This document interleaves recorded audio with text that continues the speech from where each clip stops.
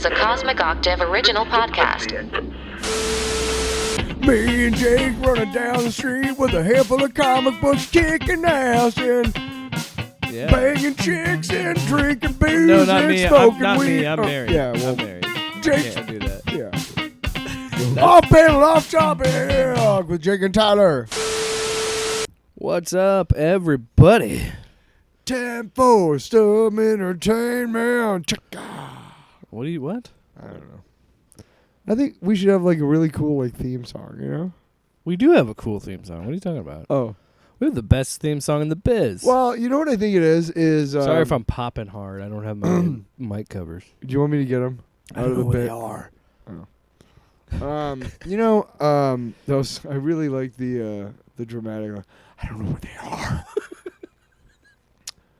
The thing is that we start the show basically on the tail end of the really cool theme song. So that's why I was. You don't always hear it. That's why I thought I forgot for a second that we have such a great theme song that you put together, but based off of my genius. But okay, yeah. I'm just playing in your sandbox. What was that weird? It's on the record What that you said sound it. did your mouth make?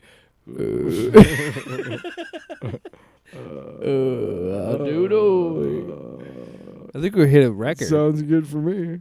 We hit a record. But I don't want to say what the record is because I don't want to spoil it. Ooh. I want to see how long we can go. Okay, I know You know what I'm exactly what saying. you're talking about. Yep. Yeah. I can't believe I haven't yet. Yeah. Really? It's kinda, I've already sang. yeah, that's out the window. Vegas Most Vegas weeks- odds had Most it. weeks the Vegas odds are pretty low. Do you know what we should start doing? We should start doing Let's that. see how long should we can start do to that. run like side bets and see how long we can go before we say the F word.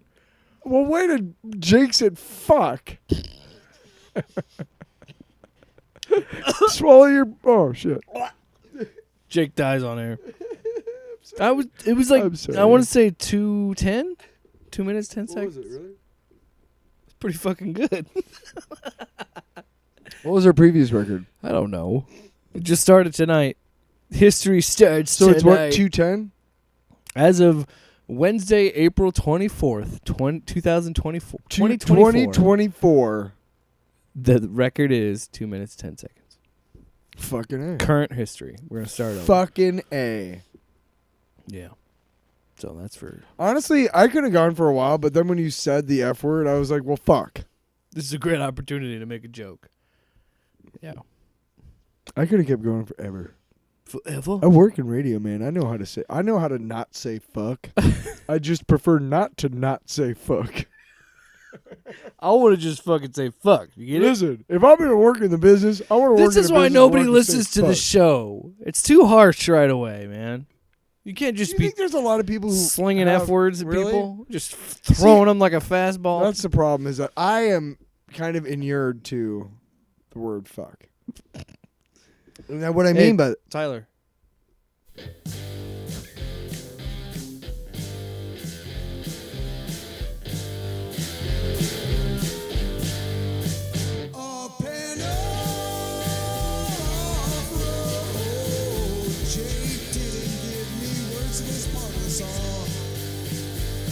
It's true. It's true. I think you got rid of that soundboard. I'd move around. I had a busy weekend, actually. My weekend started on Thursday because I met with some. I met with Luke. Met with some old friends. We call ourselves the Trilogy, the three of us. So there. I don't think I've actually talked about them on the show, but there's this band that's been together a while, but like their first album that like really got momentum and got them any sort of notoriety was like 2009. But the band is Steel Panther, but the whole like shtick of it all is they act like a band from 1987 and portray themselves like a band from 1987. And like, if you're not in on the joke, it can come off really offensive and brash and you know, very 80s raunchy style humor, but understanding that it's done from a parody and satirical lens, it just makes the act that much better. You know what I mean? Yeah, I get you. Because You're just trying to excuse your terrible behavior and go on. No, I've been listening to Steel Panther since their first album, so I've been a fan of them. You told me about them like early on in our friendship. Yeah. And for those who don't know, we hung out at the radio station because we both worked at the same radio station, and then decided to start doing a podcast because we were talking about Predator and shit and whatnot. Yeah. But yeah, I remember one of the first times we hung out, you were like, "Have you ever heard of Steel Panther?" I was like, "No." Yeah. And it's just we used to listen to a lot more music together. They're such an interesting band, and like I said, when I grew up on the music that my parents listened to. So like when my parents stuff that I listened were to. Teenagers and in high school and shit, they were listening to these hair metal bands and listening to this music, and of course they would listen to those stations that played those radio stations. So I grew up with this music. And you came around, it was like classic rock at that point. And I had a affinity for hair metal because I never, being at the time that I grew up in, I understood what that whole era was, and it was just everything was bigger, everything was louder, everything was raunchier, and to see that portrayed in such a funny way of being like literally every song by an 80s rock band was about fucking. Well, and like perverse, like like cherry pie and like putting fun little names on it and trying to make like innuendos, but you're clearly talking about sex all the time. Pour Some Sugar on Me and Cherry Pie were the 80s versions of the ZZ Top's Tube Steak Boogie. Oh yeah. And what was another one from the 70s? Just name one about fucking. I mean, any AC/DC song ever? I mean, let me put my love into you. Almost every AC/DC song is about sex. Well, I mean, the funny thing is like you listen to ZZ Top from the 70s, and it's like, how the fuck did they get away from this? Or get away with this on the radio stations? Because like, I mean, they must have just been like, I mean, shit. Well, they're not really saying anything, but it's clear that they're. Well, we got to play it, got to play it on our Christian rock station. Panama has a whole section where David Lee Roth is talking about a chick grabbing his dick in the car. Yeah. But that's what I mean. So that's what's so funny about Steel Panther and how they do it in the way that they present it is like, it is just them just flat out saying like shit. And and a lot of their songs are really fucking funny because understanding that era like I do and having an affinity for it, and like a great parody is great parody. I'm going to enjoy it. They had a really fun show. They played a couple deep cuts that I didn't expect. And their song "Just Like Tiger Woods" and their other song "Weenie Ride," which is it's just so fucking funny because it's a power ballad, and it's a power ballad about this dude saying, "I want to butt fuck you," pretty much. Wow. Like, I mean, that's what the song's about. Maybe we should have saved the segment for the last segment. I mean, too raunch? I can cut that out. Oh, I don't care. I'll cut it out. Go ahead. Keep going. It's consensual butt fucking. Right? No, I'm just saying, like, it's that's not what I'm talking about. I'm talking about, like, their songs are, like, overly raunchy. Well, to mock that era. Like, you know what I mean? Let me just kind of put it in kind of a perspective for y'all. I grew up, like, in the 80s and shit, and we watched David Lee Roth just be a fucking nut. Like, on MTV and shit. Like, say shit like this, do shit like this. Fucking Def Leppard, fucking all these. What I mean. It's like all these bands, Poison, Warrant, Winger. Shit, I don't want to talk about Winger just because she's only 7. Yikes, guys! Right? Yikes. That's what I mean. If you're not in on the joke, there's a band called Faster Pussycat. That's what I mean. If you're not the Itch You Can't Scratch tour. if you don't have that context and you're not in on the joke, you won't enjoy it. And look, I don't think it's for everybody. I think Steel Panther is either I think you like him or you don't. it's kind of a blue cheese type of thing. You like him or you don't. There's no I kind of like him. All I'm saying is it was a really fun show and I had fun. Like fun. Then I saw. Did you kiss the glove? No. No, sorry. Smell the glove. Yes. From Spinal Tap. I'm sorry. I knew I understood the reference. I'm sorry. And then on Saturday, I went to see my cousin wrestle in Kansas City again, so that was fun. He was in it was a Extreme Rules match. So was there he barbed wire? He hit a dude with a chair. His partner got pile drive through a table. Why? Because it's pro. Why are we doing this? Because it's fun. Okay. Dude, I was gifted a front row ticket. No, that's awesome. So you got to watch, but I'm saying listen, I don't know. Ow. I didn't buy a ticket. Oh yeah, he got hit with a kendo stick. Steel girder. I don't know. He had some red. He didn't bleed or anything, but there's some red marks on his back. He got whooped, but it was good because he got some good licks in. He got his shit in. They got their shit in, and it was a good match. That's like asking me why do I make music? No, it's my fucking passion. That match. What am I that match about? is what I like to describe as a train wreck, but in a positive way. Yeah. It's it was a complete train wreck, but I couldn't stop watching it because I'm what is happening? The best wrestling matches they start off with maybe it's a tag team match, right? Yeah. And that's 4 people, and then 3 other people somehow come into the match, for whatever reason, and all of them are it's the soap opera aspect of it, but there's also ass kicking. Yeah. Which is cool. Yeah. Everybody loves ass kicking.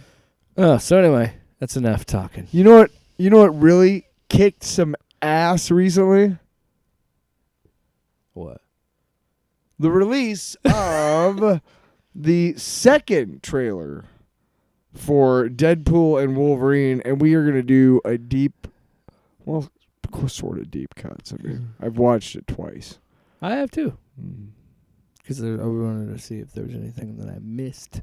I'm sure there's a lot that I missed. I don't want to watch it too much. No, I don't want to ruin spoil it. myself. Yeah. I don't want to, you know what I mean? Because it's right now, so as of right now, good. This movie,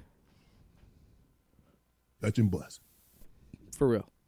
This trailer, I think didn't I respond to you when you sent me the link for the trailer? I was like, I'm so hard. Or no, I think I said I just came about 1,000 times. that was you watching the trailer.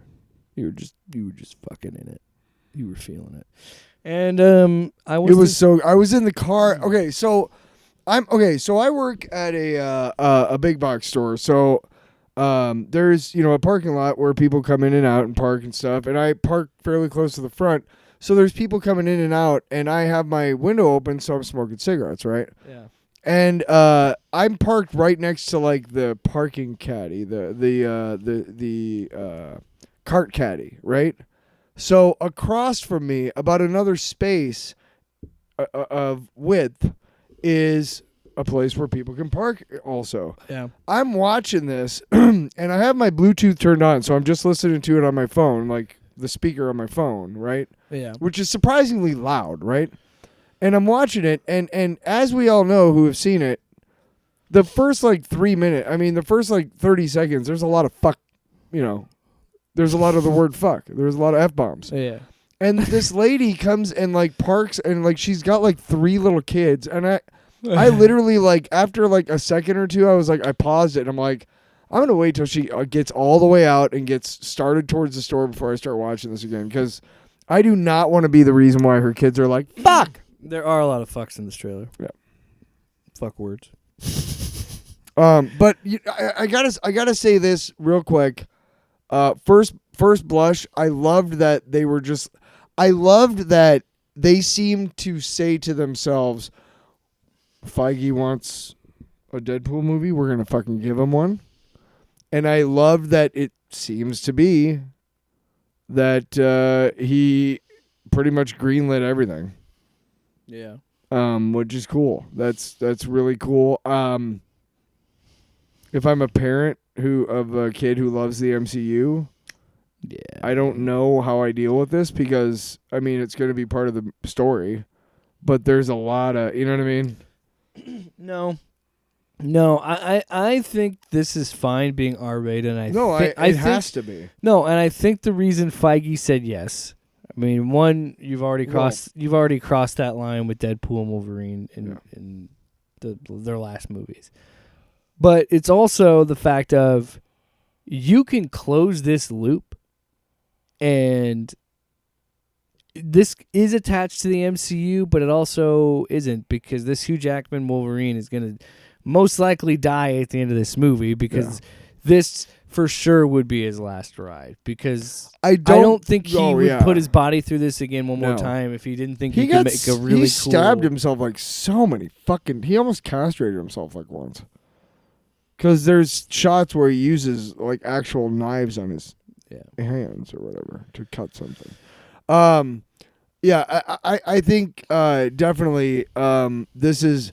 I don't think we're going to see necessarily...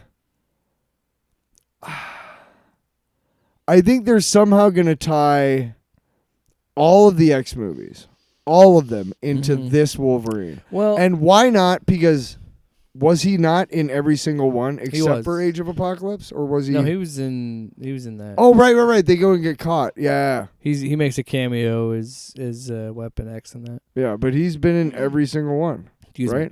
Well, the thing is, but even First Class. But I think this is always what it's supposed to be, and I think that this is the Old Man Logan, Death of the Fox multiverse. But also, I read an article that was talking about the Void. There's going to be some sort of incursion that's going to merge.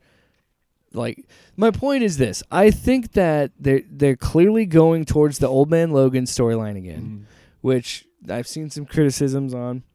I don't necessarily think it's going to be that. I think it's going to be aspects of it, but I don't think it's going to be that. We're never going to get a true adaptation of that. No, but we don't need one. Because we don't need one, and Logan I have my own issue. I have my own issues with that story.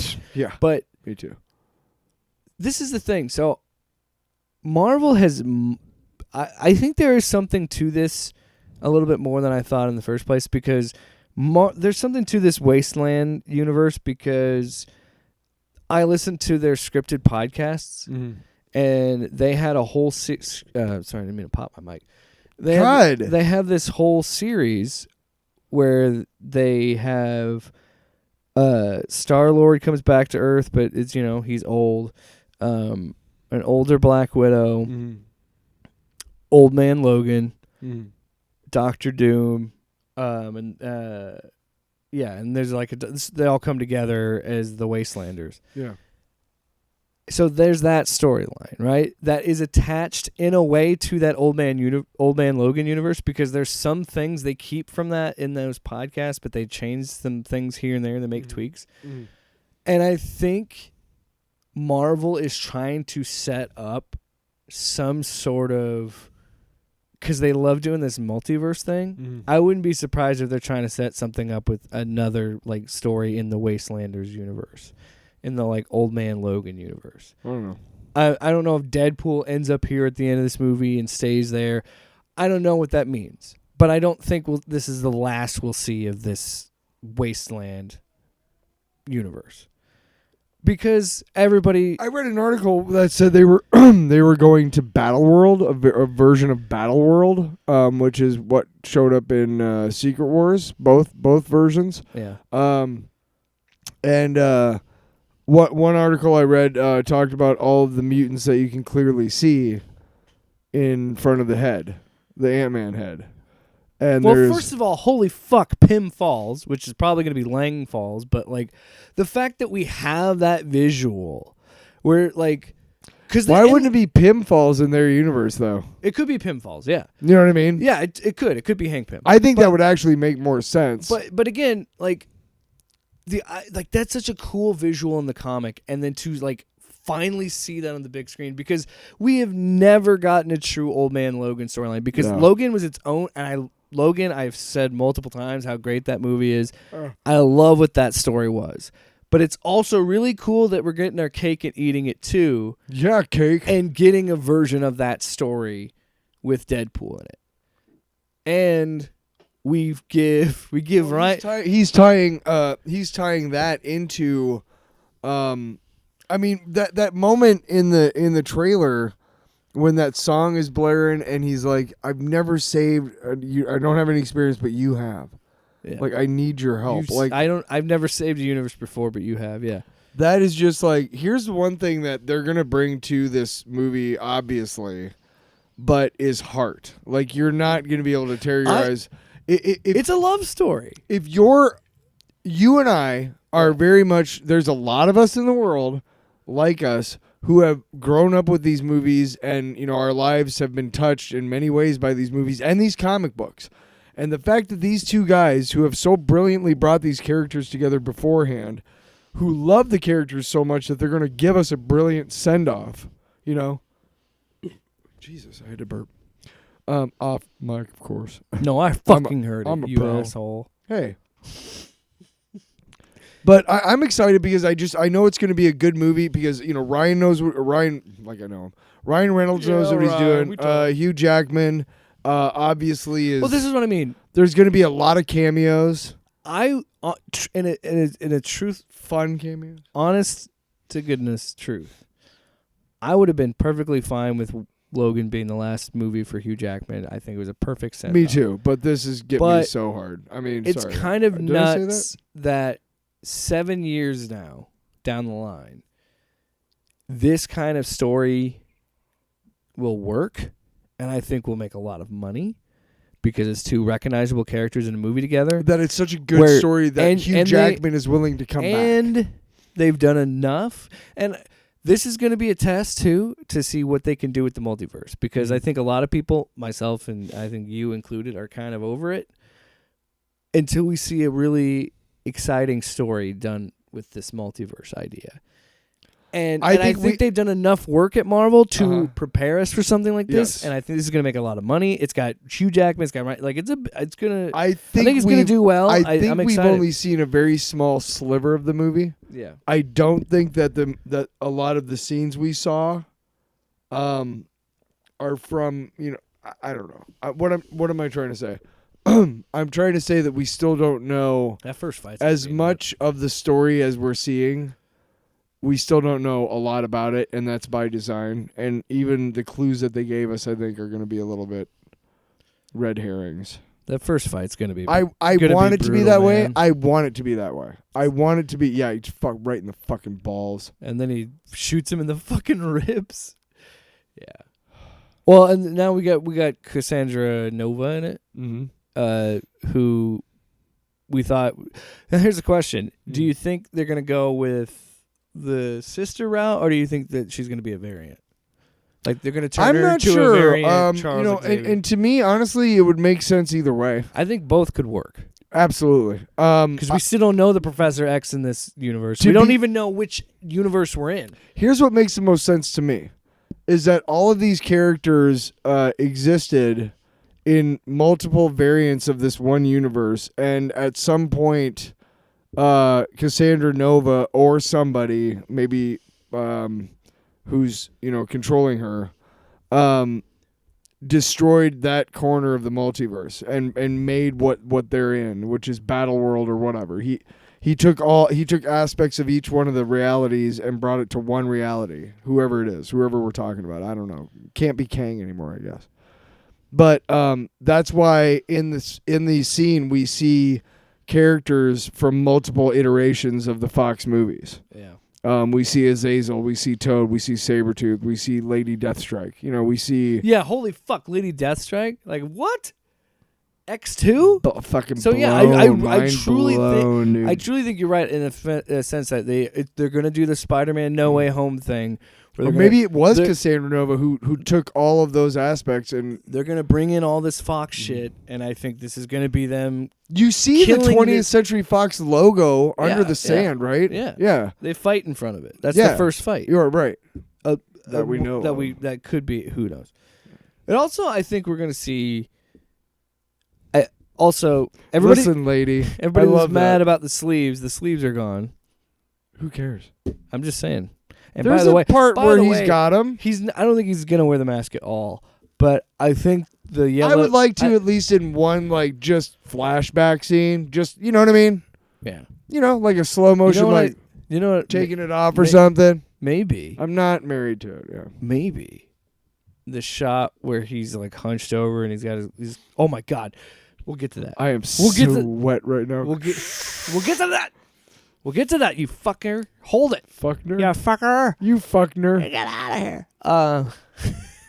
Wow.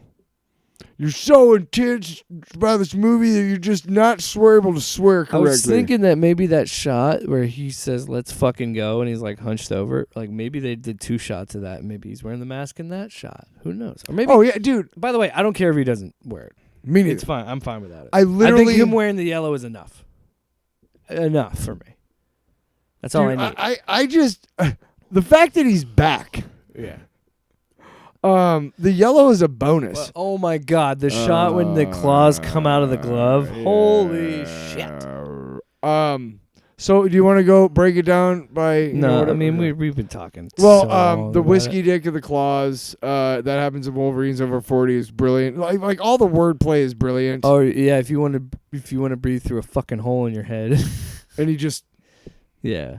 that was cool. Like yeah, that's going to be a fun fight. I wonder how many times they're going to fight each other in this movie. Cuz it seems like it'd be twice. With like At least that twice. bar scene feels like it's going to escalate. At least twice. Yeah. So I feel like they're going to fight at least twice. My favorite. I think it's gonna be fun because we're gonna see a Wolverine that I think the Wolverine that we're gonna see in this movie is not the one from from Logan. You know what I mean? I think that Logan. No, that's not. They're not touching that at all. I'm saying that like they're going to use him from another part of that multiverse corner, whatever. And because when they show him like, whatever, I don't know what that's in reference to. If that's maybe the Days of Future Past, like I'm telling cover where all the graves are. I don't know. I don't know what those stone things are. I think it's a reference to him killing everyone on V-Day. Which V-Day in that the Wastelanders universe, the Wastelanders continuity, is when Logan he kills all the X-Men. Yes. The Old Man Logan, the Wasteland Mysterio shit, makes it happen. it's all the same. Yeah. He gets tricked and killed all the X-Men. So Yeah. I think it's again referencing that. I think that Maybe. and the giant and the Pym Falls shit, I think is going to not 100%, but it's going to play around in that world a little bit. And again, people will have criticisms of it and be like, yeah, they keep mining this one storyline for Wolverine. It's like, yeah, because Wolverine's kind of a hard character to get right. They've done. Sorry, I keep stumbling. They've done almost every Wolverine miniseries. They did the fucking Frank Miller run. They did the Wolverine origin books was the X-Men Origins of Wolverine pretty much.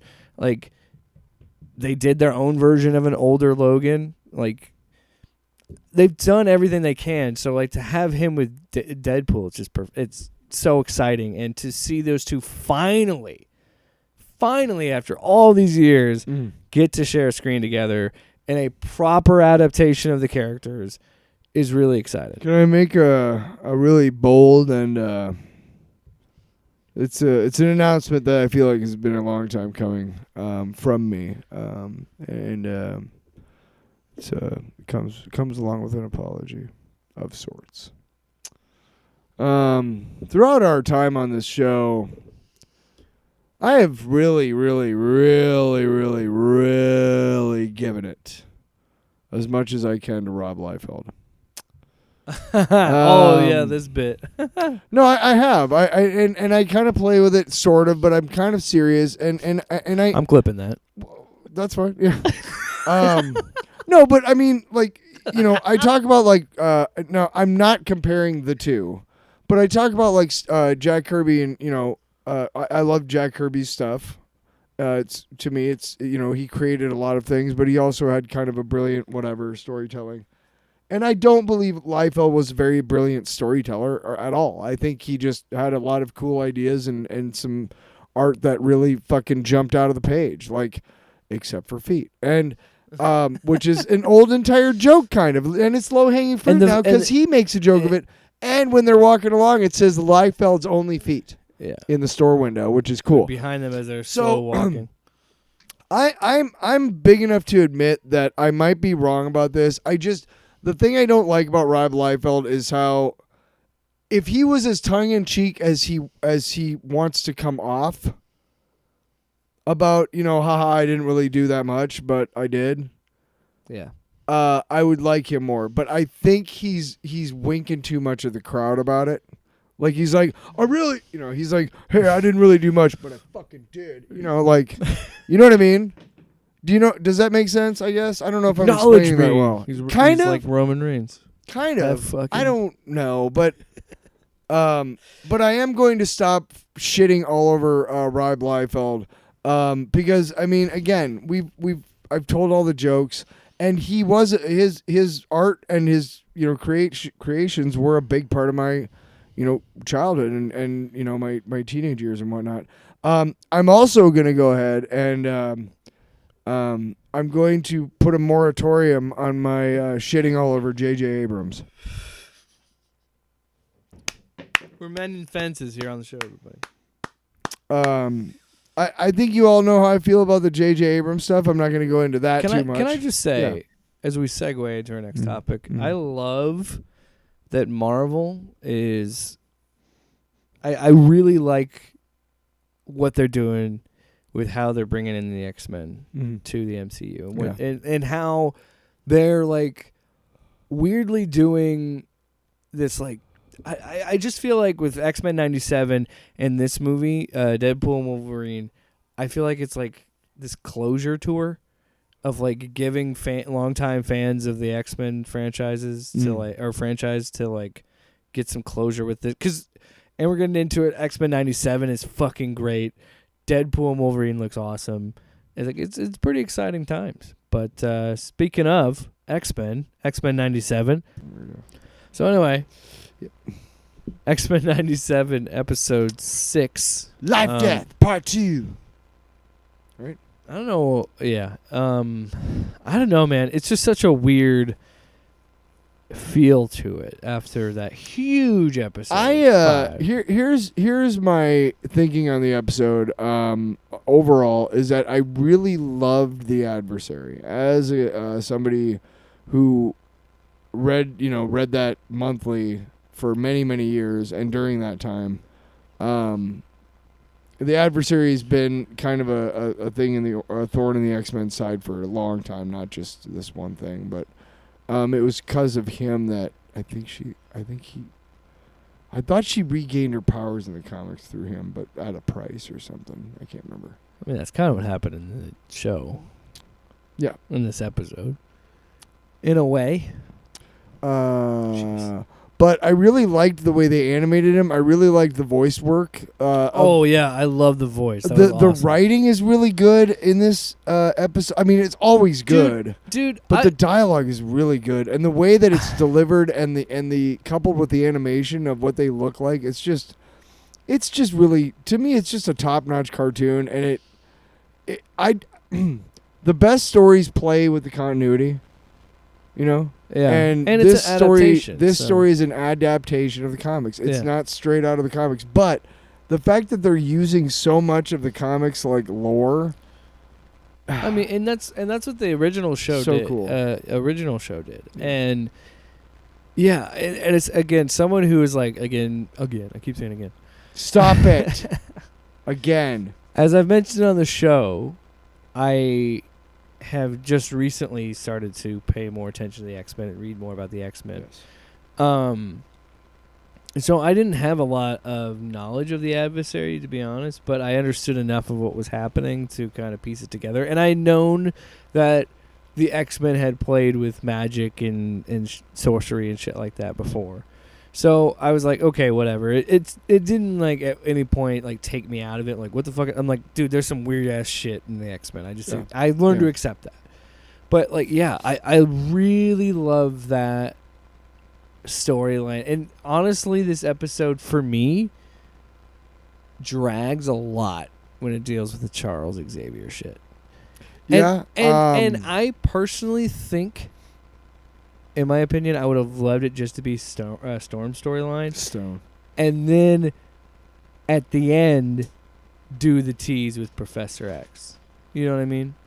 And then we can do a story that fits better with that. And you can spend the next episode talking more about... Because I don't know. Yeah. I just feel like Storm's story Well, was so much more interesting and had Sure. so much more momentum But that I was more invested you in forget that Professor X's story starts with a really fucking cool space battle, dude. Yeah, that was pretty... That was pretty fucking cool against the Kree. Like, I mean, that's Oh, and we get Ronan the Accuser just like there. You know what I mean? my Like, God. but that's the Imperial Guard, and that's like their own superheroes. So seeing all them was like fucking Yeah, cool. Gladiator and all that so shit. fucking cool. And then but Deathbird. And having read I just wanted to make a quick point before you got into that, because I want you to go off on Deathbird because I don't know anything about her. Okay. But honestly, reading the Defenders comic, and we'll talk about the 5th episode later, or 5th issue later. Reading that and getting to the issue where it talks about archetypes, Yeah. and then to watch this Yeah. and see the archetype of who Gladiator is and like that, and like to see that was kind of fun. And it is. I mean, I always love it when Gladiator's Marvel basically does Superman with a mohawk. when Marvel does the like I love it when they get into their cosmic. But he's shit. not. He's when not. they get like into their cosmic shit. Can I finish? Sorry. Can I finish? I'm done. I mean to say that Gladiator has all the powers of Superman. He's not, Yeah, he's and I good. think he's actually more powerful. But Oh yeah, okay. well, I think he's stronger. Yeah, because overall. power levels are real.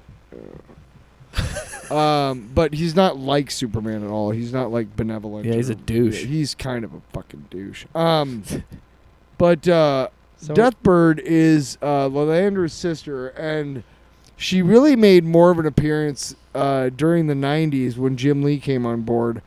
And there's a very famous splash page of her, and it's almost a pinup in her battle armor and stuff. Yeah. And that face, the Jim Lee face that he made for her, you know, the face that Jim Lee drew Yeah. in that particular splash page, pinup, whatever you want to say, I could see it so many times in this episode. Yeah. There were so many times that she was clearly represented, like, and the design of that character in this show was clearly designed off that. And I think almost every I remember like years later in the comic books, you know, an artist would be drawing the book and didn't have the chops that like Jim Lee did, and he was clearly trying to like channel that picture, Yeah. that art style for her at least. And it was like, Yeah. dude, so bad. Like there was a point I know where I was reading a comic book and this guy looked like he traced the exact like she was standing in a doorway, and so he traced like half of the fucking splash page, and it was like, dude, just you're not a good artist. It's okay. Honestly,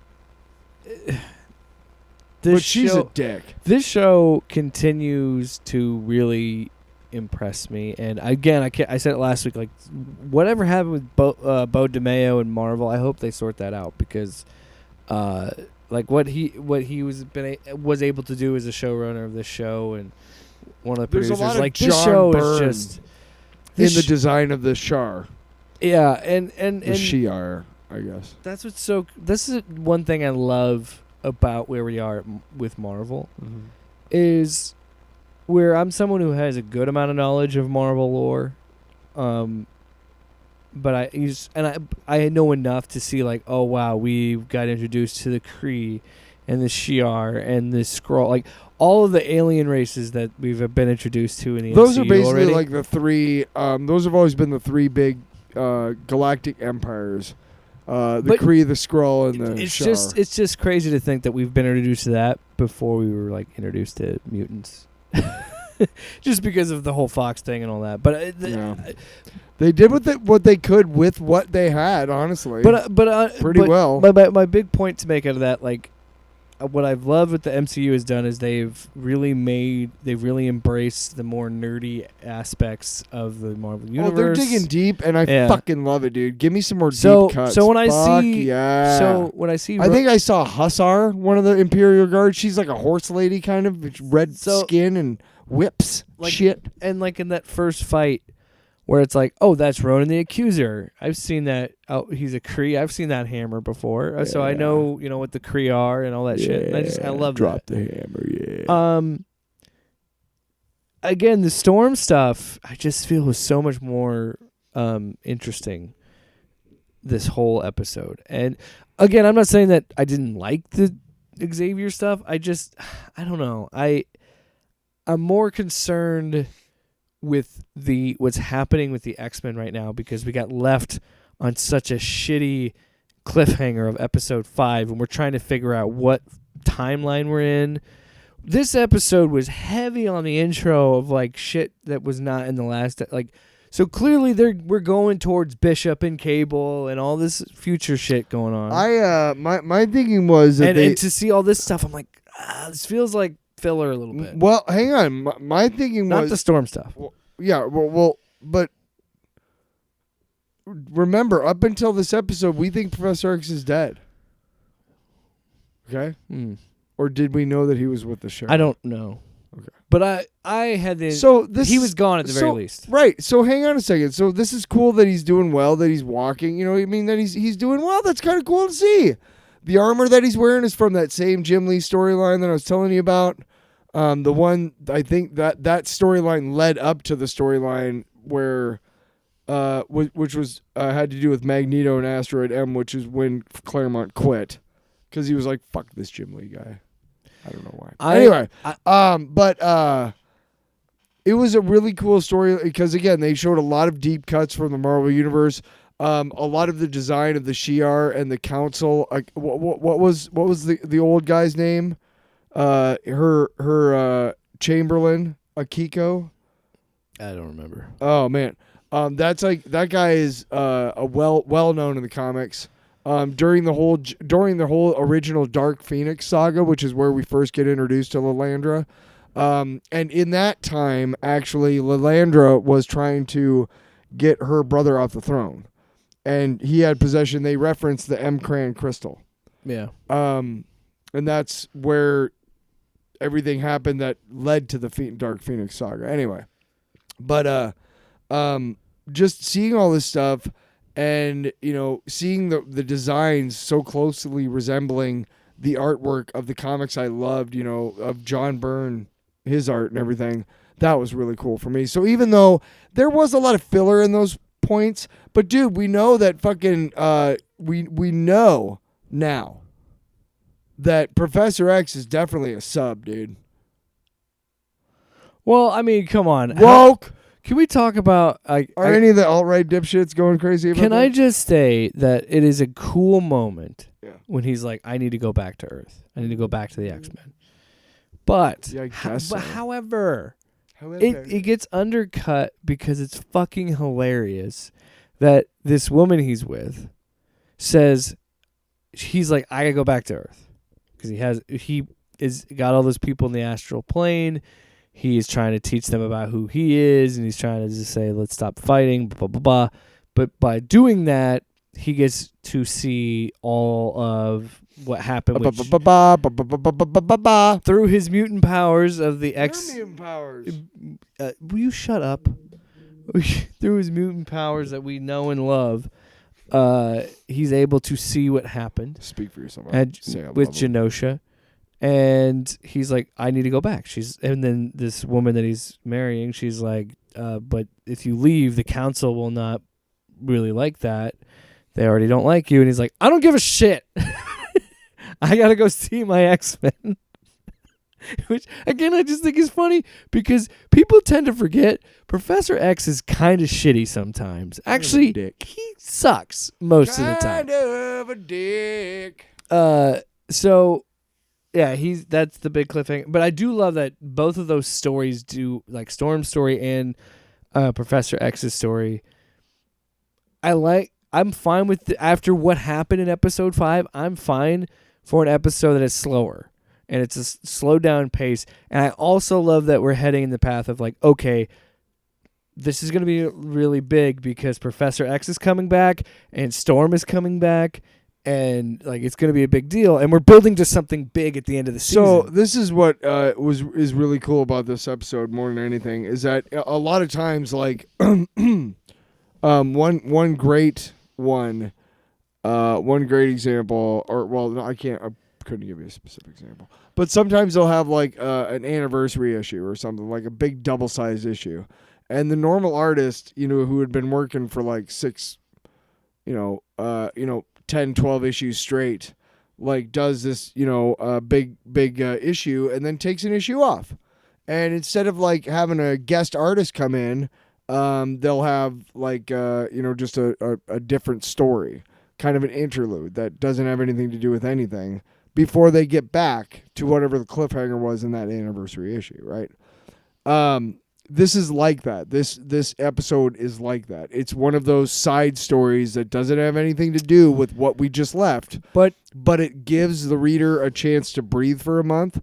But it also heightens the tension because you're like, what the fuck happened? And we're moving these big chess pieces into the conflict. We're bringing in two powerhouse mutants in Charles and Storm. The 200th issue, anniversary issue. It's not the 200th issue, but it's the whatever. Where it's Magneto's trial. Romita. It's clear that at some point there were a lot of artists helping out, because he had just been doing it for goddamn years at that point. And so the next issue, I think, was Rick Leonardi. And that issue was Storm and Professor X fighting over who got to lead the X-Men. But that was clearly like, hey, the artist needs a month or two off.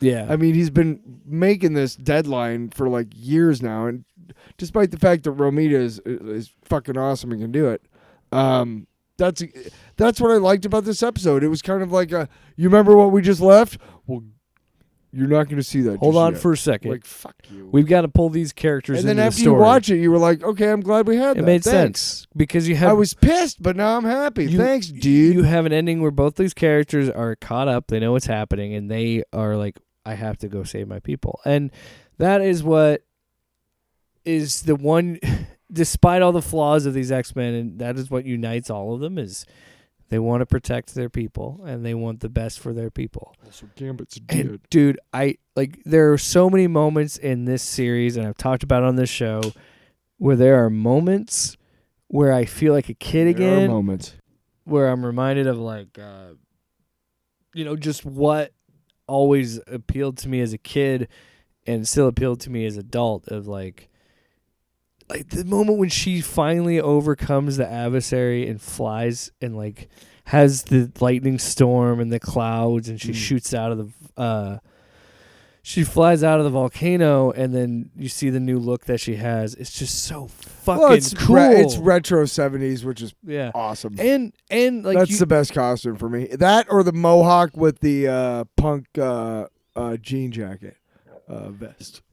That was just a moment of I couldn't help but be excited, because I was like, oh, like she gets to she has that moment with that fight where the adversary talks about what she said to Jean, and like you wish you had the thought of being human, and she's like, it's a great thing to see her get her powers back in that instance of being like, no, I am a mutant and I am proud of who I am. And also she's like Omega level.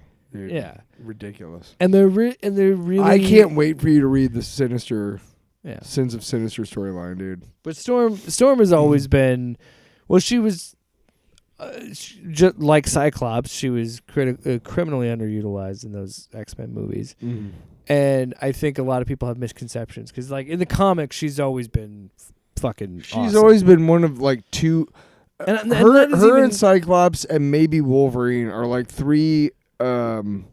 Nightcrawler's led before, but those are the three characters that almost always are the leader of the X-Men, at least when I was reading it. It was almost always Cyclops or Storm or sometimes Wolverine. Once in a while, they're the most popular for sure. So they've always been one of those. Well, they've three. just been better at.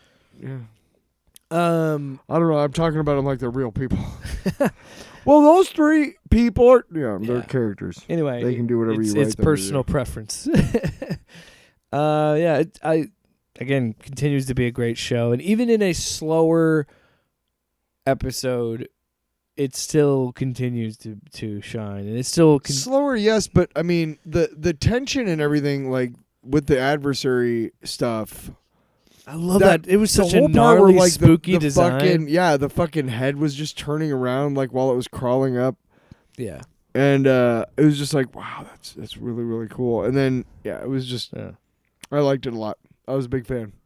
And then of course, at the very end, they both sets of sidebar stories end with the main characters of those sidebar stories going, shit, we got to get back to the real shit.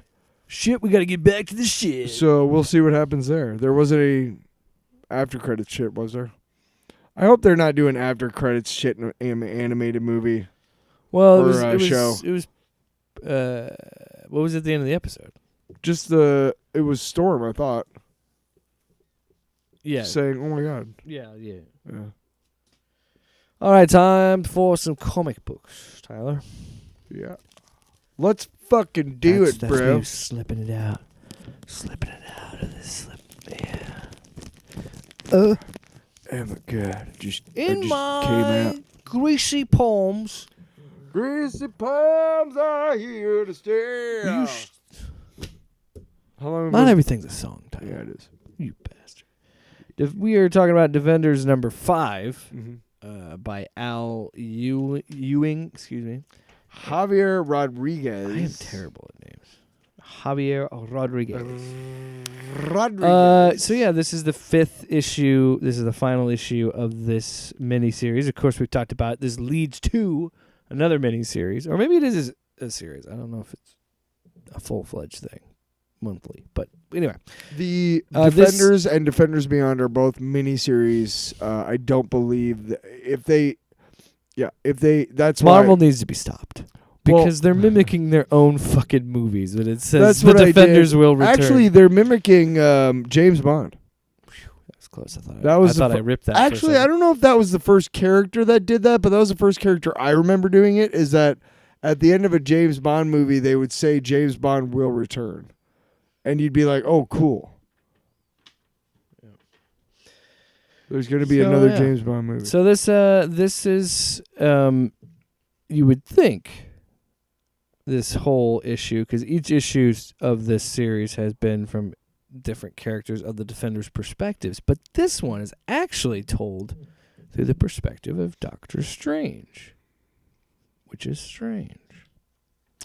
Most of it, there's not the whole story, but majority of the story, it's through the perspective of Doctor Strange. But there's a reason for that, because we get a reveal for who the masked Raider, who he is in this book. Who is he? So when you first read it, did you piece it together before it was revealed who he was, or did it make sense to you when it was revealed? It was like, oh, of course. I'm trying to remember what it was like when I first, because when I started rereading it again for me and you, I figured it out around like the 3rd issue, or I remembered because it had been a long time. So I think it came out in 2021. Or early 2022? Yeah, 2021, because then it says that the new series is summer of 2022. So, I mean, that's when it ended. So, I mean, we're talking like March 22. Okay. Is where it ends. We're talking so like late 2021 is when it started. Late 21, 22. So, I literally hadn't gotten them out since then. So, it did take me like till the 3rd issue to realize. But the first time I read through it, like when it was monthly, I just remember being so caught up in all the other stuff. I thought the Masked Raider would be somebody from the Marvel Universe.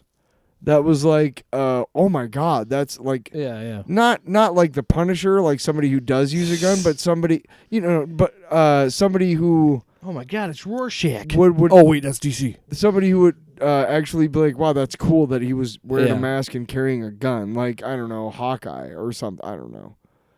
Captain America. I don't know. Those are obviously not my guesses. But I thought it was going to be something along those lines. I didn't really think reading it, and I'm sure that by at least the second to last issue that I'd figure out that it was who it was. Yeah, I mean, when the reveal happened, I'm not saying I predicted it, but I definitely was not surprised by it. I was like, oh, of course. And I loved it. I loved it because I was like, oh, this makes so much sense. And then, like, for me, a lot of it was like, it's really tragic, actually. Well, yes and no. I mean, weirdly like lets you sympathize from with him from a certain perspective, and I don't know why, but Carlo Zoda is an evil asshole. Yeah, and kind of what have we said it? No, we haven't even gotten to it. Like we haven't said who he is yet. No. Okay. Well, I don't want to say what I'm saying until we get to the reveal. Yeah, we can just get to it. I mean, at this point, we're on the 5th issue. Oh. Can we talk about the art here? Yeah. So yeah, we get the impression, we get the fuck it. We'll go to that first, and then I'll talk about the art. So the reveal is that the Masked Raider is actually. Wait, I don't want to get to it yet. Why? Dude, I don't want to break down. What do you want? Okay, go ahead. What are we doing? Well, there's a battle towards the end where they're trying to fight Carlo Zoda. Yes, they're back. Because he's taken all the power from the what is it called? The Anti-All. No, but he's taking the power from Lifebringer that thing. 1. Yeah, Lifebringer 1. And they're trying to reach him to tell him this, and he's like, "No, fuck that." And it's fighting against the Anti-All. The Anti-All, yeah. So we're basically it's is versus is not. It's everything versus nothing. Okay.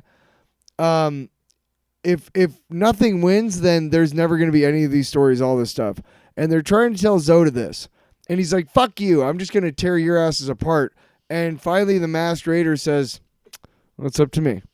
And he walks right through the protective aura that Zoda has around himself, that none of the other defenders have been able to get through. And he pulls out his gun and he points it at his head and he says, hey, if you don't fucking stop, this is, you have a chance to escape and walk away. He tells him.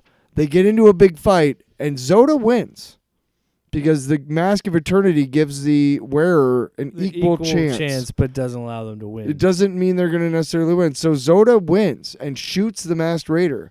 And he's like, you told me I could have escaped? You stupid fucking douche. And he pulls off the mask. So what he says is, it says, Strange is right. It's not that simple, is it, Carlo? You can still walk away. Yeah. And then he gets the gun away from the Masked Raider. And the Masked Raider says, just remember, you could have escaped. Yes. You could have escaped. And then the next shot, and the panel just a bang. And he takes the mask. Zoda takes the mask off and realizes it's him. But what does he say? He says, as a escaped what? My victory? After all you're warring on my enclave, you're dead, Raider. I'm alive. And as a bonus, I finally get to see who's under that mask. And he's shocked by it. But yeah. But it's fucking him, dude. It's him.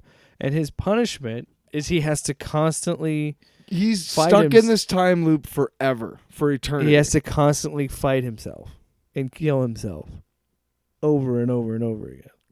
You ever seen what was that movie with Jackman and Bale? Nolan. The Prestige? Yeah. Okay, one of the biggest, spoiler alert if you haven't seen it, but one of the biggest questions that is raised by the movie is by Hugh Jackman's character, who actually figures out a way, unlike Bale, who used his twin. He actually figured out a way to end one life and start a new one, right? And he always said he was always, the thing that scared him the most was he going to, because he could never tell until it happened whether he was going to be transported or he was going to be cloned. Remember? Yeah. So he could never tell if he himself was the original. Was going to wake up or was going to, drown and the clone was going to take over.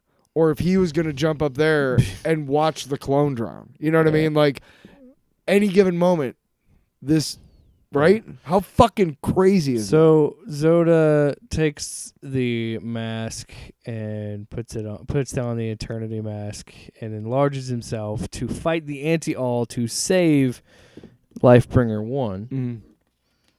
And what do the defenders again, do? the art, dude. The art. Like earlier when he said he's been fighting this his whole life or something. Yeah. And you see the panels that are side by side, and they meet in the middle at the current point of view, and then you show him getting old and turning into a skeleton on one side, and then him being a kid on the other. It's crazy. And then just seeing him enlarged to fight the Anti-All, how it perfectly lines up. It's the so motion of it. There's Kurt Frank Klaus Janson is an inker who's just been around forever and ever and ever in the comics, and he has a certain style the way his line work is, and that particular when the Raider expands like that, it reminds me so much of Klaus Janson's work. And for those of you who might not know who I'm talking about, you definitely do, because he is the anchor on Dark Knight Returns. You remember that name? Yeah. Frank Miller, Klaus Janson, Lynn Varley. Yeah. You know what I'm talking about. All right, buddy. All right, way to read the credits. So eventually the Defenders help turn into a rainbow. Turn into like this rainbow Just kidding. thing and like watercolor the Lifebringer 1 to give him power to fight the Anti-All, because Strange is getting his powers back. Everybody's getting their powers back. Yep. And then, Carlo Zoda, he did say before he fights the Anti-All, it always had to end this way. So he said, and still caught in the middle of their war, Carlo Zoda, the man who doomed and saved us all. He could have let go of the dragon. He could have dodged the sword. He could have escaped. But then as he told me, it always had to be this way. And then, light. And Zoda, the villain, actually becomes the hero. Which is in a weird way. And then they're all like, hey, woohoo. When they go back to their own time, though, that page, to see, so you get the Lifebringer 1, this big gold god statue looking thing, and then you just see the whiteness, and then as they're drifting back to it's their like times, that. It's like that music video by Aha. Yeah. It's really cool. And that's something I love about the writing and the art and how they work so well together, and how Ewing writes and how it's plotted, of like how it's the motion of just Doctor Strange taking his shoes off, and just every aspect of this book. Taking his clothes off. He's sitting down. He's relaxing. Oh, shoes. But the big twist at the end here, not the big twist, the big cliffhanger, is Doctor Strange has got the Eternity Mask, and he's got his little thing to call I will tell you really quick. Yes. I really like this series. Yeah, I'm glad. It was one of my favorites of that year. It was one of the reasons why I kept reading comics, because I would go into because you see the ads and stuff, but I wouldn't pay too much attention to them too much, because most of the ads in the Marvel books were for like Spider-Man shit, and I don't give a shit about Spider-Man books, not as much. I like books like this more. There's too many shitty Spider-Man books. But I would walk into the comic book store, and like, here's like Defenders #1, and you're like, what the hell is this? Oh, this is cool, right? And I like books like that. So I'm glad you really like that. But this doesn't spoil anything. But Defenders Beyond? But by the time Defenders Beyond starts, Doctor Strange is dead. Well, shit. It doesn't spoil anything, because I'm sure they're gonna find a way to bring him back or some shit. Why don't you go fuck yourself? Maybe. Whoa. Maybe not. Where is it? Where is it? Maybe. Maybe not. Maybe fuck yourself. Okay. You made your point, Tyler. All right, Tyler, it's time to talk about Punisher number 5. To talk about Punisher Jason Aaron. number 5. Louise. Is it Louise? Jesus. Jesus Saiz. Paul Azakita. and Dave Stewart. Yeah, give it up to Dave. Give it up to Dave Stewart because he's the colorist. I like how I went radio. Give it up to Dave. Give it up to Dave Stewart winning the tickets to Stone Temple Pilots for being the fifth caller. On KRNA, the buzz. Coralville's biggest rock. The buzz. That was a bad burp. Coralville's Biggest. You want rock and roll in the metropolis of Coralville, Iowa? You gotta stop this bit. You gotta fucking Because stop. it's gonna say hard Fucking rock for stop. your hard cock.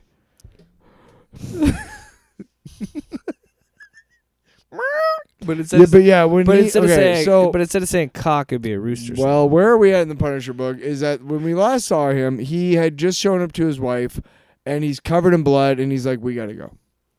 After she had killed the hand members that have the black and white of the Punisher, she said she killed their family members. families, and the last thing we see is her staring at him, or him staring at her, and then the next page is him going, "Yo, we gotta go.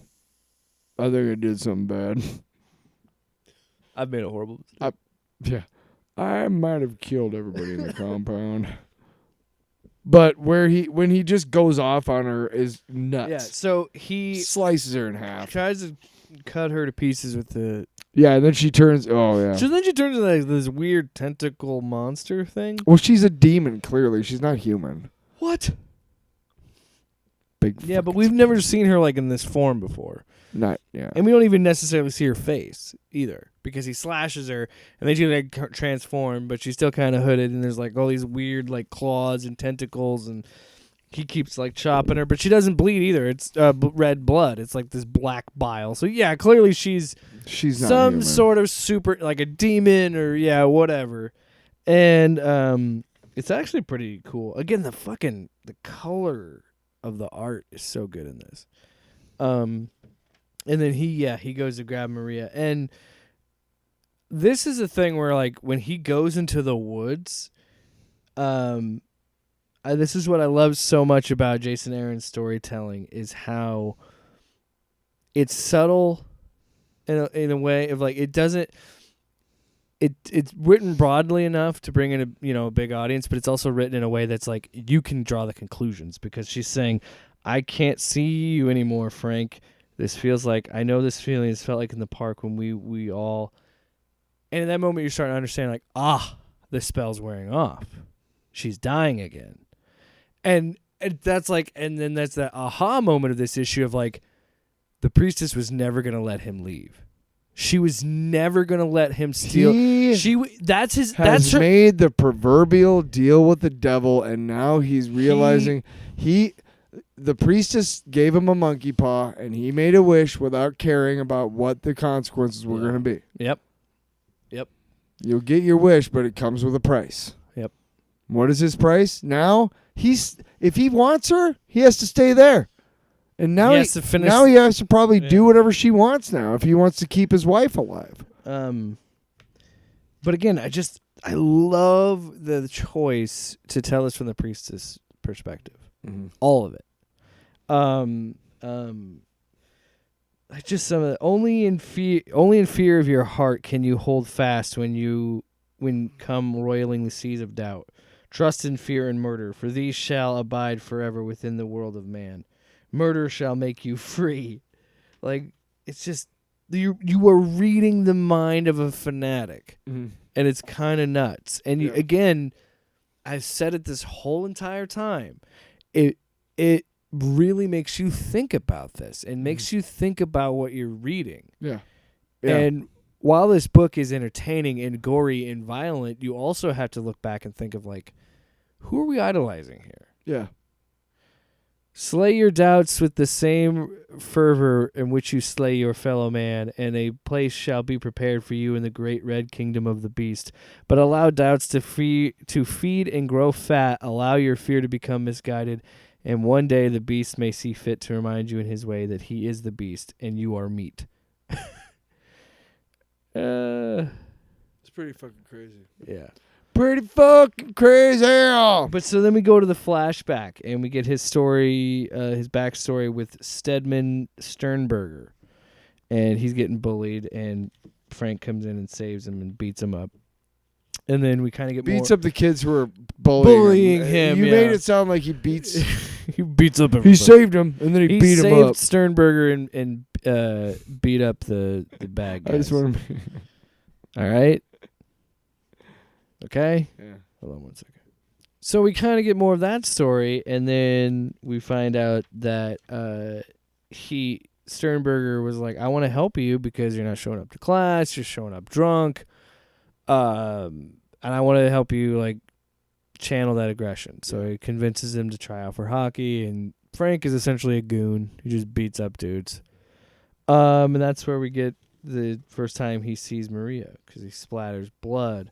And fucking this section, like this issue of his backstory, where he talks about Maria in a way that in the way that Aaron rewrites and like retcons and rewrites Frank's story, and how he constantly, I think the changes in the retcons that he makes are interesting, and I think, I'm not saying they're retcons.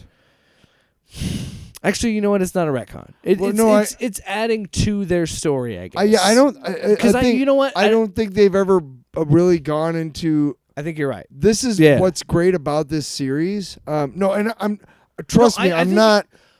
not saying, hey man, no, you don't know. No, I'm not saying that at all. I'm just saying, for the most part, we don't know that much about Maria at all, because she is the catalyst that makes him the Punisher. That's all we know about. That's all right, and you fucking just nailed it.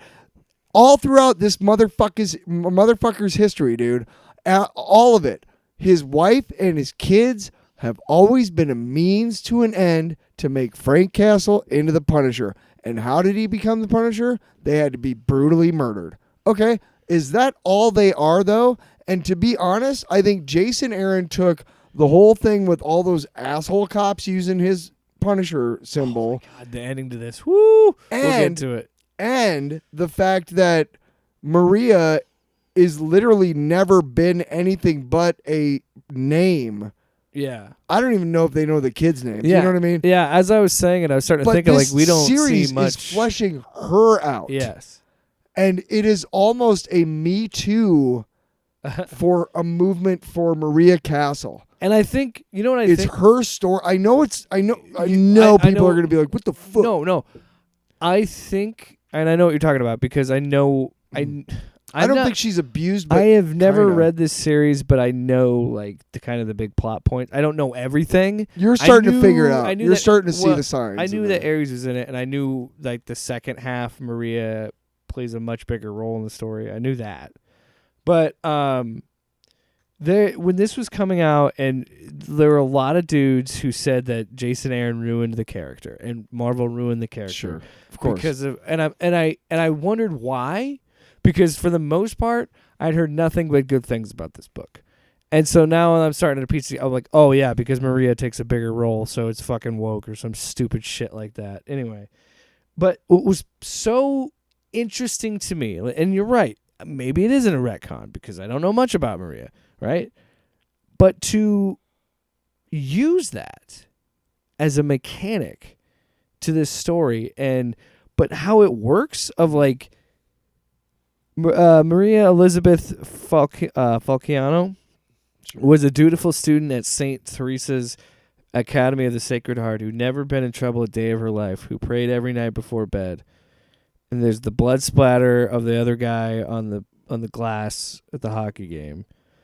And it's the next panel is Frank. It says there was something about her, something Frank would never admit, not even to himself. She reminded him of someone. And it shows the brutally beaten woman from the previous issue. I'm like, fucking Christ. As I'm like, this whole extended flashback sequence in this issue, I was constantly just being like, what the fuck? Because I've never love seen the art in the flashback. Yeah, I mean, yeah. And we have never seen someone break down Frank this much. Yes. We have not, like you just said. Where I thought never heard of Stedman. I thought it's your first instinct is, is this like a young Microchip? Well, my thought, you know who Microchip is? Yeah, okay. Yeah. And like all of this, again, works where I thought this is probably a retcon. We were like, wait a minute, is it? And it's like, oh yeah, I guess we don't know that much because all most people know about Frank is he served in the military.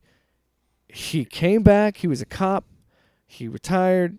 You know, you could argue how that works. His family gets killed by the mob. He becomes the Punisher. That's pretty much it. So now to like see like this story about Sternberger, and then to find out, was he a cop? I don't know if he was a cop. it depends on the. Yeah. Some of them I don't he is. know Some of that them he isn't. I don't remember. Yeah, it doesn't matter. But anyway, But Maria, Sternberger wants to help Frank again, so he thinks Maria will also help Frank. where's the big page where he's playing hockey and he looks like a demon? You know what I'm talking about? Yeah. It's the one before that, I think. No, it's because Oh yeah. yeah. But he says there's a fire inside you, and it's a flashback to the last episode too. Did you see that? But there's just like Sternberger says he says I lied. Pretty much is what the story says. Is like he goes up and says, "Oh, Frank likes you," because he saw how Maria was looking at him. And then he started writing fake letters from Frank to Maria, and that's what kind of brought them together. It's very heavily implied too that Maria believes that he is so tortured and whatever that he can only express himself in written words. Yeah. So she doesn't even care if it's him or not. Yeah. Because when they get together, he doesn't talk to her. She might talk to him, They make out. It's all lust. But she might talk to him, and he might be like, but whatever. On, the written word that he likes having her around, but he's not in love with her. And this is a way for us to see that there were consequences of this union, and that it wasn't even really that special. No, not really, because Frank didn't really give a shit, and Maria was unaware that Frank was just nothing. Murder. Yeah, was just a psychotic fucking. She didn't get to see who he kind truly of became. good-looking teenage dude. I don't know, but you know what I mean. They're both duped. So yeah, Frank starts spending more time. But they both bought into the lie. Yeah, Frank starts spending more time with Maria, and then I fucking this makes me laugh about comic books, and it reminds me of TV where it's like we get to this caption. So Sternberger's going to hang out with his other friends. Maria would always remember it was the happiest time of their life together. Frank would only remember what happened next. Then you flip the page, 2-fucking-page ad. I was like, for X-Men shit, Judgment Day, which I never read. So then we get past the ad, and we just see a flattened car with blood. What happened when he allowed himself to become distracted? The car was stolen, found wrecked in the woods of Jersey, and just one person still inside. We get a closer shot of the car, right?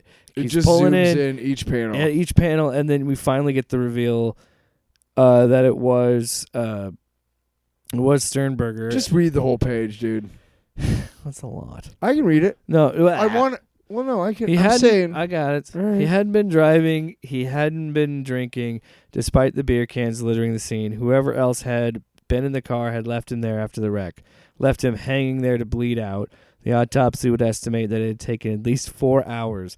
The first few hours, Stedman Sternberger had screamed until his throat was raw and useless, but no one heard. So in the end, he went quietly. He died meek, like a lamb at the altar. Fucking brutal. When I was reading it, I went, fucking Christ, is what I said when I read it, because I was like, that it's such a jaw-dropping page turn. And then the next, and this is what I love about this story of showing and not telling, where he calls up Maria and talks to her, and he pretty much, you see him throw some things into a fire, you see the little devil, so it's like, oh, he found those guys and killed them. Yeah. So then he tells Maria that he's joining the army, and then there's 2 panels of nothing, silence. Yeah. And I fucking love when books do that. You know what I mean? I love it when they continue to lean on this being a visual medium and taking the time, taking that extra panel before we get any dialogue. And then he's like, yeah, did you hear what I said? I went in this morning and she just says I'm pregnant. And again, I know that they have kids together, but even me, I'm like, Jesus. Like, his friend dies, he murders those guys, and then, I'm pregnant. Like, what? So then we see the priestess come back, and she's in her human form, as if nothing happened. Whatever the hell you are, when this is done, I will kill you so that you stay dead. And then she does like air quotes back to him, when this is over, oh, I've missed you, my lord. And she has like this devilish look of like, I got you, motherfucker. When this is done, so you are going to do what I want you to do. As much of an evil fuck as she is, dude, I love her character so much. Right? She's such a good villain. She is such a good foil to him. Because there's parts where you want to believe that she really is doing what's best for Frank. And she controls the power dynamic. Every time he tries to take control, she slaps him back down. Oh, go ahead and leave, but she's going to stay dead. You want to keep her alive. But the big thing to me was the ending to this whole thing, and again, just really like I don't even know what the word to say is, but it's like a complete reimagining of this character. There was a moment. No, let's get to the end of this. And he accepted it was truly. Trying to find it. He's pretty much saying that he can live with those lies, the lies that Maria. Because who really knows if they really loved each other? Yeah, and she says, in that same moment, I realized that the Punisher knew how to lie, even to himself, and this I knew he would make a most excellent fist of the beast, and so he shall. Like, fucking, she's so good, because she, again, is such a foil to Frank, because she's such, like, a mustache-twirling villain. It's great. If his lies don't get him killed, is how she ends that. And then we see awesome visual of like the Temple of Ares, and then like a crashed helicopter, and then that panel at the bottom where he just gets sliced. This is again what I love about Aaron. It's a slower issue, and then the build up to the end is like classic action movie where it's like he have made contact. It's definitely him. And then the next panel is that dude's getting his head fucking chopped off. It's literally like his head and his hand are up, and then there's space, and then his wrist and his neck. Yeah, it's just, like it's so fast you don't even see the blade. It's so great. It's just dead. And then he comes in through the smoke with a Hulkbuster gun and the fucking samurai sword. But the best part of this is, again, how much of a douchebag Ares is. I hear you, Frank. Rejoice, for your God has heard your prayer. You are lost, my child, beguiled by the servants of the beast, but through the power of war and the grace of Ares. And he jumps out. And he's wearing the fucking Punisher. Classic logo battle armor. Douche. The Punisher shall be redeemed, which could not be the biggest splash page of a "you're the douchebag" than this. Fucking incredible. Right. And I want, as crazy as this all is, and how the more and more I read it, the more I don't like Frank and I don't like the Punisher. I also want him to fucking beat the shit out of Ares because he's a douchebag. Yeah. And I want him to fucking kill the priestess. Ares is a representation of every fucking douche nozzle out there who has a pair of fucking testicles on his truck. Just you guy, man. You. We're talking about you. You guy, man. You know what I'm talking about, though? You know who you are. You know who you are. You must be out of your goddamn mind. Yeah, ciao. Continues to be an amazing series. Can't wait to finish it. Yes. Can't wait to read the next issue. We are because he finally gets to fight Ares. We are going to only go through with the Punisher for at least a month or for at least a week or two. What? That's what you said. I thought we were going to finish the run. Yeah, I know. I'm saying just that. Yeah. You want to keep doing 2 books? Do you think I got time for 2 books? What I got? You know what time I got though? But what? Fucking long. I had a stroke. Yeah, what happened to your brain? It's a long box.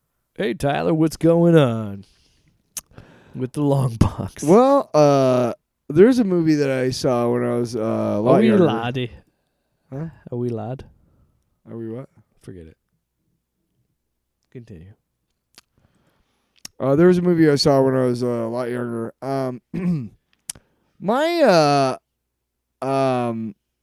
when I was young, my mom really liked Tom Selleck. She still does. And he was on, Magnum PI, and he was on, various shows and whatever. But he wasn't really like a movie star. He was pretty much like a TV guy, You'd see him in movies from time to time. He had great breakout hits with 3 Men and a Baby, and then I think it was 3 Men and a Little Lady was the next one. He had modest success, whatever. But in 1990-ish, 89, 90, he partnered with this guy who was a producer of the Lonesome Dove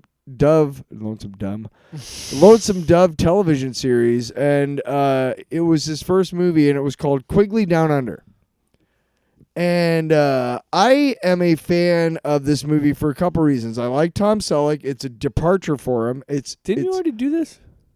I've never done this one. I feel like you have. No. No, I'm thinking of something else. Quigley Down Under, anyway. Sorry. Tom Selleck. Quigley Down Under. Quigley? Quigley Down Under. And he Quigley. stars as this guy who's like the best shot in the world. And this guy, Alan Rickman, actually. This guy, Alan Rickman. He's the villain in this. And he's chews the fucking scenery. It's great. But he's this owner, Marston, of this giant ranch in Australia. And he put out a thing for people to... he's basically like, hey, if you can come down here and help me get rid of pests, in the outback, then I'll pay you really handsomely just for coming down and listening, So a lot of people have come down to look, and this guy, Quigley, is like, wow, I can't believe he actually came down, and he demonstrates how great he is. And he's like, cool, you'll be shooting dingoes and whatever, and you'll be shooting dingoes, that's all you'll be shooting pests, right? You'll be shooting them dingoes, yeah. So he goes and they're having dinner that night, and he starts talking, and he starts realizing that Marston wants him to actually not just shoot like dogs, like wild dogs and stuff. He wants him to like go out and actively hunt Aboriginal people who are trying to live their lives, but they're on his land. Oof. So basically, you see Marston, it's kind of a back and forth, and then Marston says like, well, yeah, and they show Quigley, and he's like, and the next shot is Marston coming through his own window, and they end up catching him, and they take him, and Laura San Giacomo is this lady named Carla, I think, Clara.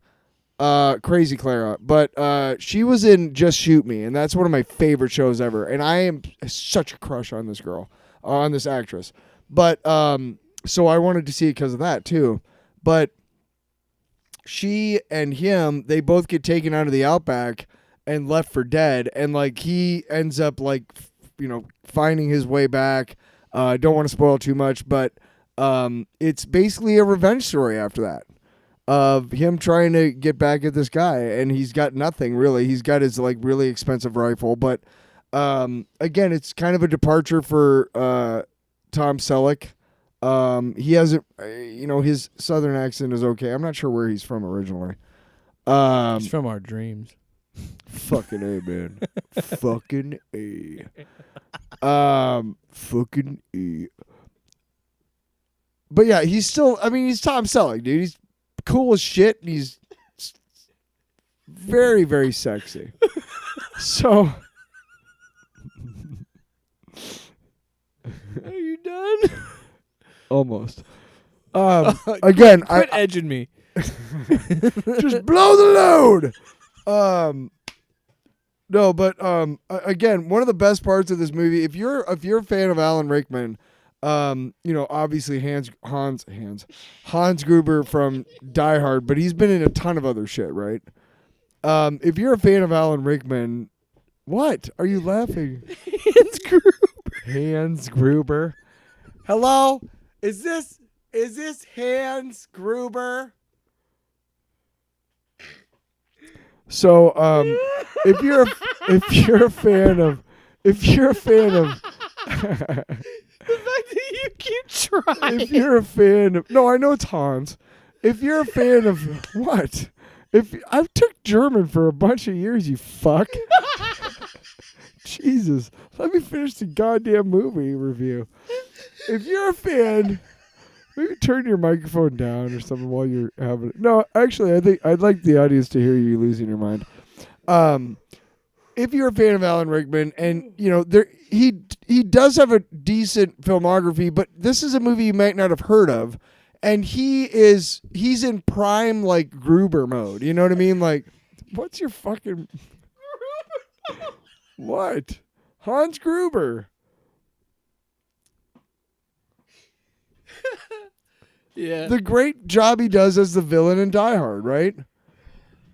He does he's prime like asshole. Chewing the scenery. He is, dude. He's really, really good in this. If nothing else, it's a pretty good Western set in Australia, but it also shut the fuck up, you son of a bitch. You fucking What gave that away? Down Under?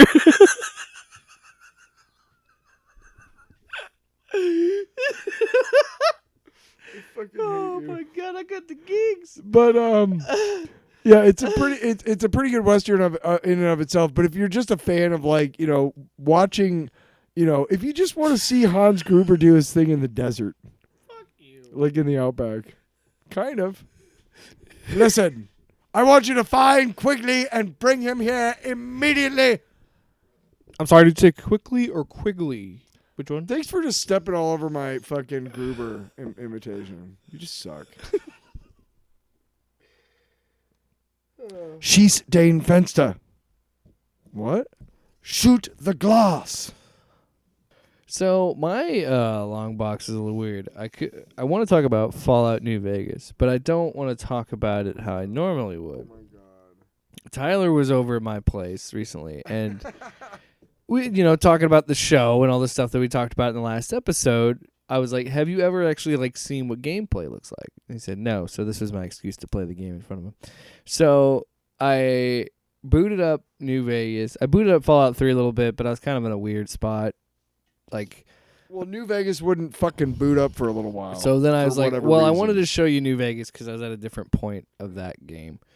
And so I did it, and then I began to kind of tell him about my character. And it was just funny seeing him not know what that, like the fact that I pulled up a thing, I'm like, oh, wait, I'm not wearing the NCR armor. Are they going to be mad at me? And he's like, well, what does that mean? Well, with the different factions, you have to wear disguises and stuff if they hate you or whatever. Because if you're vilified, they'll shoot you on sight and whatnot. And it was just funny because I told him the story, because my character that I'm playing right now has this is pretty fucking good. low intelligence. So, well, and another funny thing too is I forgot to mention that when I was playing it, a dialogue option came up, and it was a speech check. And Tyler was like, well, what is that? Because it said speech 18, and I needed 75 to convince this person. And I said, Can you help me do stuff? well, it's funny because this character I designed as a character that I never really played through with. So, it's more of a melee build. It's a woman. It's low intelligence. And I made that low intelligence decision before I made it be a woman. I know some people made jokes that I'm like, they're like, oh, of course you make the woman character low intelligence. And I'm like, that's not what I was doing. No, that's not what you were doing. No, I just never done the low intelligence. You wanted to play. make a character who was really a character I'd never ever done before. a big dumb dude, a big dumb person. A big dumb, yeah. Just happened to be a woman. I told you when I was playing it, Big and stupid. because my speech is so low and my intelligence is so low, I'm just a blunt object. That is what this character is. And it's just so funny because I didn't tell you about this, but there was one time I had a quest where I had two people fighting in this town, and there was multiple ways to resolve it, but I didn't have high enough speech. I didn't have enough money. So he's like, I didn't have the money and I didn't have the speech. So he's like, well, maybe you should reconsider our deal. And I'm sitting there playing, and out loud I go, I've reconsidered, and I punched the guy's head off. But when we were showing it to you, I was showing him like all the different things you people people you can interact We with. picked up this dude named Arcade. Arcade, who For no reason, I she punched him in the face. oh yeah, he got in my face. Like, he wouldn't move, so I just punched him. And the whole I swear, like, this dude kept nagging me about a health pack. Like, he just, the whole time, I'm moving around, because you were laughing, because The way he kept saying it. I had the subtitles The way on. he kept saying it. So it would still pop up even if I didn't see him on the screen. Like, if he was, like, behind me or something. Yeah, he was like, hey, if you ever get a chance, I could really use a doctor's pack or a stim pack. I'm like, no, fuck you, Arcade. But here's the thing. I chose to do this certain choice because you can only do it. It was so funny. You can only do it with low intelligence characters. I knew that he had unique dialogue, right? So this is when I showed you. I was like, here's how the dialogue system works. If it were just me and my last character that I played through with, I had really high speech. So this was an easy speech check. It's lower. Oh, and then you also asked me about the speech checks. If this playthrough has been harder, it is, because being a dumb, blunt object, you don't get a lot of speech options, and you got to fight your way out of situations a lot of the time. But so I got him, but to get Arcade, if you have low enough intelligence, he will join you because he feels obligated to like protect you because you're such an idiot.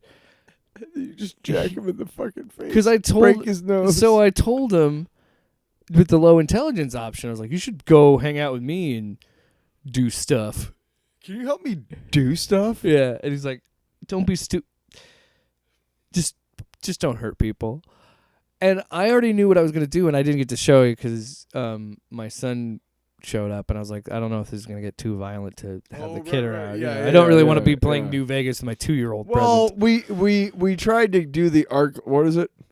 Well, so I was trying to restore power to Helios 1, and there's 3 options. You can repower the strip, or there's a couple options. You can repower just the New Vegas strip. You can power the strip and the NCR base, or you can just power the NCR, or you can arm Archimedes 2, which is a big-ass weapon.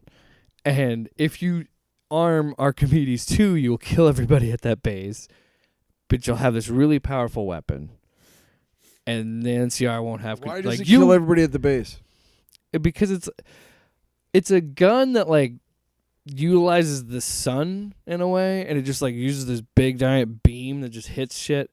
And I'm like, I'm gonna use that at the battle for Hoover Dam at the end of the game. But I'm like, I'm gonna do it because if you do that with a low intelligence option, it's fucking hilarious. Because you're like, what are you doing, you idiot? You just doomed us all. And you're just like, oh, I'm sorry. I don't know what you mean. Just push this button. But that's what I love so much about the Fallout games, because you were fucking laughing your ass off. But I'm like, that's the thing. There's this game has such a funny sense of humor, and it's what I think the show nails about it. But there were just moments when I kept fucking up and stepping on the booby traps, and you just laughing your ass off because I'm like, oh shit, god damn it, because I was like, fuck shit, because I got shot at. I stepped on a bear trap.